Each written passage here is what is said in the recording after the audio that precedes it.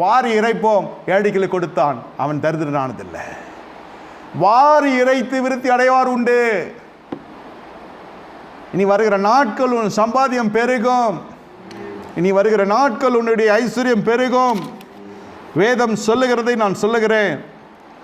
நீதிமொழிகள் 13:11 வாசிக்கிறோம். வஞ்சனையினால் தேடின பொருள் குறைந்து போகும், கைப்படாய் சேர்க்கிறவனோ விருத்தி அடைவான். இனிமேட்டில் உங்களுக்கு சேவிங்ஸ் உண்டாகும். கைப்படாய் சேர்க்க போகிறீர்கள். அபிஷேகம் பண்ணப்பட்டவர்கள் எப்பொழுதுமே வனாந்தரத்தில் இல்லை. தாவீது வனாந்தரத்தில் இருந்தார். யோசேப்பு வனாந்தரத்தில் சிறைச்சாலெல்லாம் இருந்தார், இல்லைன்னு சொல்ல. ஒரு காலகட்டம் வருகிறது, முதல்ல மற்றவனுடைய ஆசீர்வாதத்தை கர்த்தர் தருகிறார். மற்றவனுடைய ஒரு தலைமைத்துவம் உங்களுக்கு வருகிறது. ஒரு சின்ன பதவி இல்லை, பொறுப்பு. அதில் எவ்வளவாய் நீங்கள்